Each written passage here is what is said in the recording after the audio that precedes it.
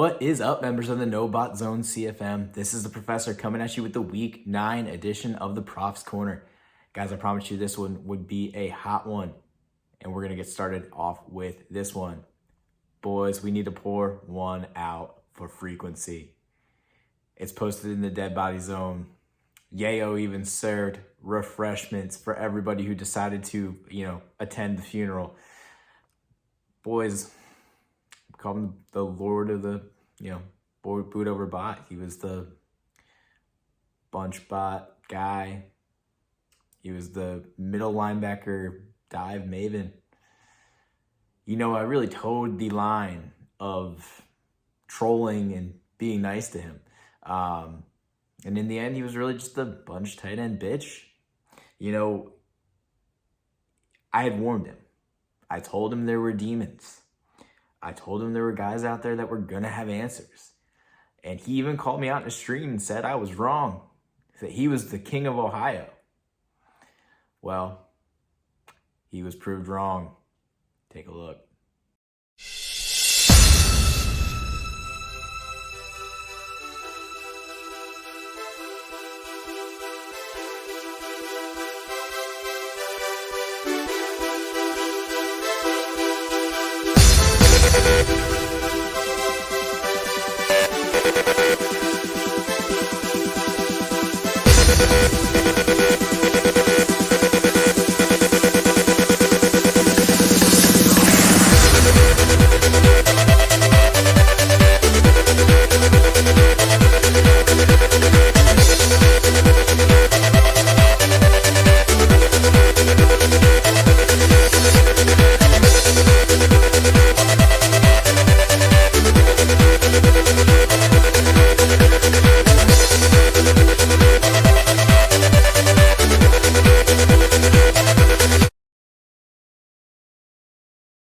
Guys, when he bounced, he was ghost like Patrick Swayze. He was out faster than a Usain Bolt 40.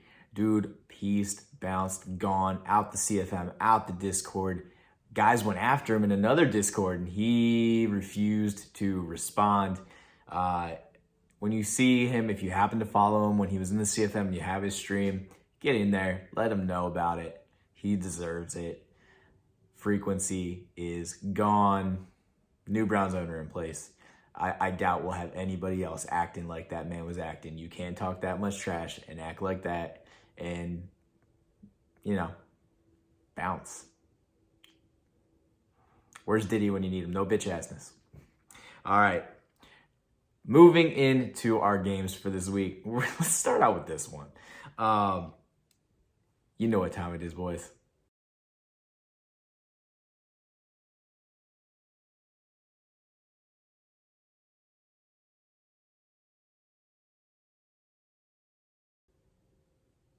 The thrusts from that man in that suit are wild. Guys, I don't normally talk about Sims, but we're going to talk about a couple Sims this week. Colts is on fire to the point that even in a Sim, Tannehill goes 21 of 23 and the team wins 45-14 or 15. Some dumb number. Unreal. Just hilarious. Keeps Colts firmly in position for the playoffs. Next game we're talking about the Falcons versus the Saints. We got the family members trauma versus Darby. Falcons take this one 31-21. The game was actually close for quite a while. Hashtag Darby got dots was trending for a little while as he went 25 of 28 for 270 and 3 touchdowns with Matty Ice. No turnovers in this one for him. But in the end, Trauma just has too much bot power. Everyone's favorite massage parlor patron, he was big in this one. He goes for 341 and 4 touchdowns coming off the player of the week week before. So Trauma's offense clicking on all cylinders. And Trauma's right where he wants to be at 8-1, ready to make a playoff run once they get started.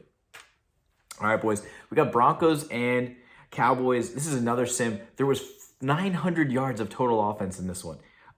Week 9 was just a wild sim week. And there's a couple sims that didn't work out that well, but there were 2 sims that just absurdly high stats. This was not something that ever happened in the past. Usually you'd have like 12 different guys getting rushes. for no reason whatsoever. But guys got huge stats in these ones, so they can be pretty happy about what happened in their sims. All right, we had Pats versus the Panthers, 28-7 Pats here. This was Dez's first game running U-trips. I thought it looked good. It wasn't spectacular, but for the first time, he looked really, really solid. And it's clear that he will eventually be a demon in that formation as well. So look out for Dez's U-trips. As always, Dez's defense was locked down. He holds Willie's explosive bunch offense to 7 points, forces 3 INTs. And with that, moves to 9-0 and is one of the only undefeated teams in the CFM currently. Now, Willie has gone 1-4 since his first loss, and he really just needs to get locked back in on offense so he can get back on track.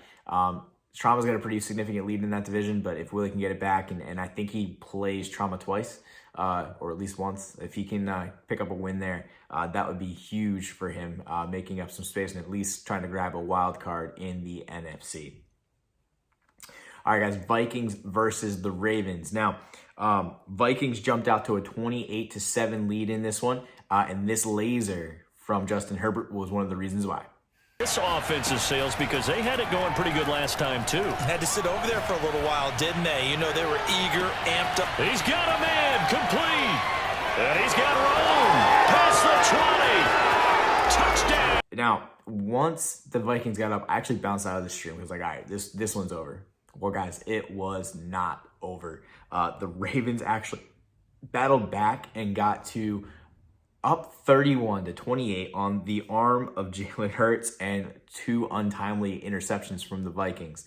Now, the Vikings were eventually able to regain control of this one, and then they did seal it with a pick 6 to claim the victory, 42-31 in this one.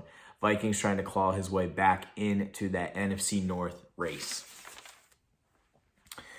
All right, now moving to my always stated most underrated player in the CFM. Stop griping, and his Jaguars taking on the Bills. Now, it looked bleak for the Bills in the beginning here as they turn it over in their own red zone. Take a look. Interest in the running game as well. And they did a nice job there of holding the point of attack and not giving ground. And right away, he lost the football. And the Jags grab it. And they're going to... Now, here's what's interesting. The Bills actually get out to a 14-0 lead here. So I'd love to know what actually happened in the red zone here for the Jaguars. But after getting up 14-0, the Jaguars were able to take control. They would hold Kyler Murray and that explosive Bills offense to only 2 field goals the rest of the way out. And they would claim the victory 24-20. Stafford went for 302 yards, 3 touchdowns. 96 of those yards and 2 touchdowns went to Hollywood Brown on 2 catches. And it was really interesting looking at the stat line in this one. I'm not really sure what went wrong for the Bills and how they weren't able to convert. I'm going to assume it was just trying to rely too much on that triple option offense that those guys go to when clearly he can throw. Kyler was 12-15 for 173 yards and a touchdown. And he had another 44 on the ground. So I got to assume here that if anything happened, it was just trying to run the triple option too much and not letting himself just kind of chuck it downfield with Kyler the way that it looks like he was pretty efficiently doing for some of the game. Jags, I believe, go to 6-3 there. Look in pretty good control and looking for a good chance at getting a playoff spot at the end of the season. Records, as the better players, these records just seem to be better in the AFC. It's really interesting. I think that, the NFC really seems to be beating up on each other, and some of the better teams in the AFC really seem to be separating themselves. So it'll be interesting to see kind of how everything sorts out as we get deeper into the season. Dolphins at the Texans. Guys, early in this one, the Dolphins were in control. They were up. Mariota and Dalvin Cook in that triple option were really, really getting it done. They were putting up yards, they're putting up points. Never did I ever think there'd be a Madden where I'd be talking about the triple option in more than one game, and we've got 5 or 6 guys running this attack. It's actually wild to me. Anyway, Texans would get in control of this one, and then Trey Lance would take over and have kind of potentially the best game of his young career here. And they were able to claim the victory, 36-26 Texans over the Dolphins. Raiders at the Giants. Sean bounces back in a huge way here. 49-14 victory over the Giants. Davis Mills, now finally with abilities. The midseason camps guys, I think there were a couple guys that maybe didn't put theirs in yet. If you didn't, you got to do it. Going from having a guy that didn't have abilities to abilities is huge.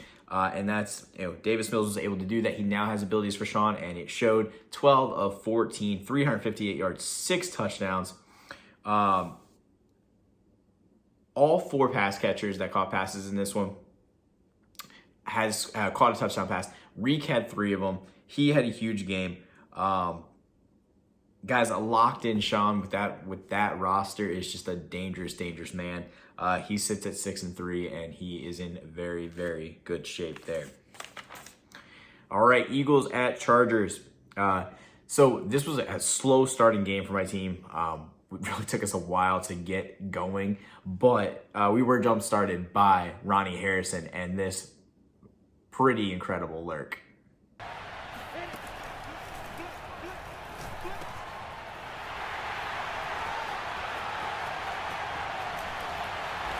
Now, once everything settled down, Jordan Love started to get comfortable, and Ronnie Harrison just kept dominating. He had 2 interceptions and a sack in this one. He was really, really good for me, which is nice to see because he's really slow. But he's 6'3", so he makes good plays sometimes. Jordan Love would go for 377, 5 touchdowns in this one. He looked really good. Travis Kelce finally showed up in a game in a big way for me. 5 catches, 173 yards, and that includes this one where he told DB to just get up off him.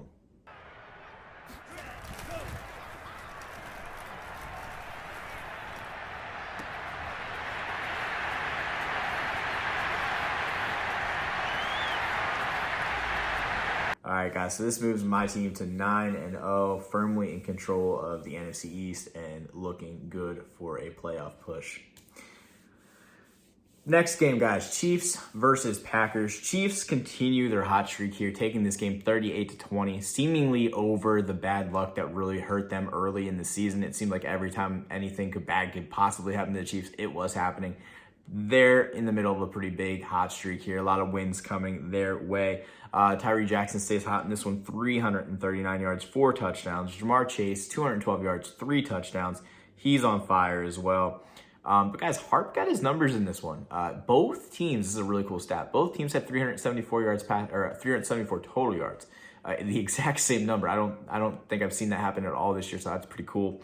But he did have 4 interceptions, and that you can't win games if you have 4 interceptions. That's just how it is.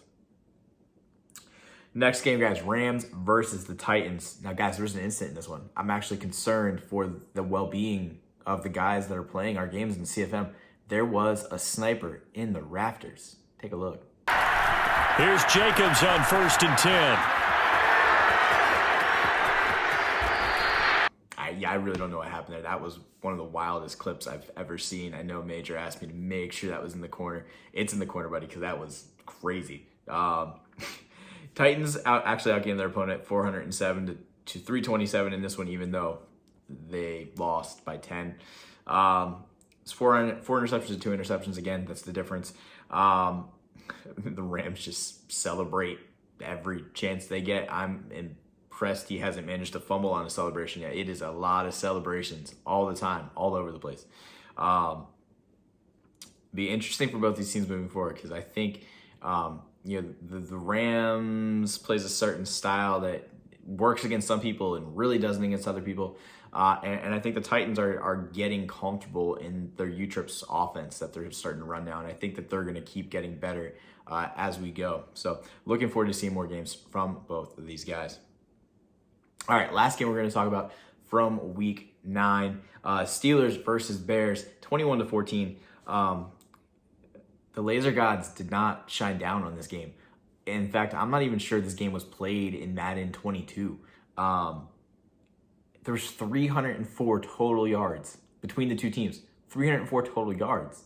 Like, there was no offense. There were 6 combined turnovers in this game. These guys are both very good offensive players. And the fact that, this was such a defensive battle is actually just, wild to me. both teams I know have offenses that they're getting very comfortable in. So the fact that they were both able to lock down like this on defense is crazy and pretty cool. So anytime you see something out of the ordinary, I think it's cool, especially in Madden, because everything's so meta this year. So seeing a defensive battle in a game that's so offensive heavy, it was a pretty cool deal. Chase stays in position here to have a good chance at the playoffs, and Chase will be a headache once he gets to the playoffs. And also, if he has more time to play more Madden, the more Madden Chase plays, the more dangerous he becomes. So, guys, that is it for Week 9. Week 9 was a fun week. These early advances are destroying my ability to keep up with the corners, but I'm going to do my best to keep up with them. Guys, I hope you enjoyed this one, and we will see you in Week 10. Peace.